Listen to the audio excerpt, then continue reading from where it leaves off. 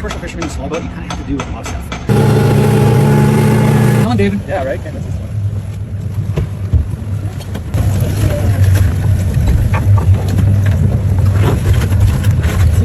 What do we got here, Dave?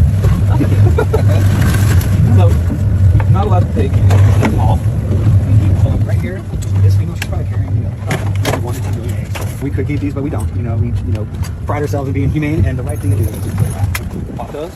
Now they're all pop. It's oddly satisfying how these little crabs out, but you can see, move the barnacles, little piece of black cod, put in the claw. Well, there you go.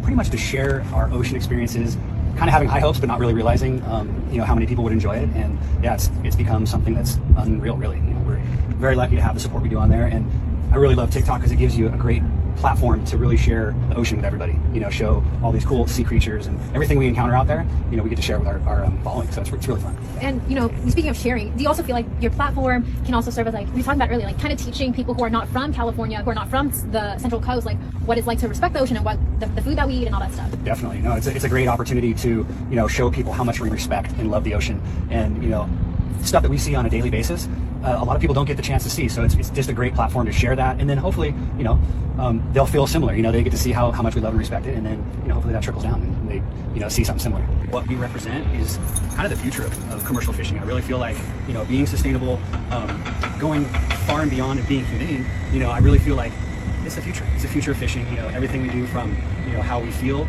to the equipment we use and our fishing methods. I feel like that's the future. And right now it's pretty cool. We're working with the Monterey Bay Fishery Trust, trying to figure out some sort of way to incentivize this type of fishing and,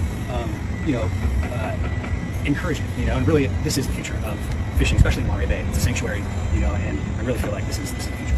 As a fisherman, who kind of like bases their business kind of on being sustainable, do you feel like this can like serve as a model for other commercial fishermen out there like yourself? I do feel like that. We're not the typical commercial fishermen, but we definitely try to, show everybody how you can do it in a humane, sustainable fashion. You know what I mean? It's definitely, it's an interesting one because being a commercial fisherman, it's a tough way to make a living for one, and we're faced with a lot of adversities, like, for instance, this year salmon's closed, so for a lot of boats, it's going to be a hard year, to survive, because a lot of boats, that's their whole year is salmon. Or, our Dungeness fishery only had a 3.5 month season. So those guys, they usually have a 6 month season that got cut short, and then they'll transfer over into salmon, but it's not there. And then now, all those guys that are, we're going to be fishing salmon, we'll be fishing for halibut and rock cod, which other guys, that's their bread and butter. So this next year for fishermen is going to be a really trying time. It's really going to, it's going to be difficult for a lot of guys. So, yeah, it's going to be a crazy year.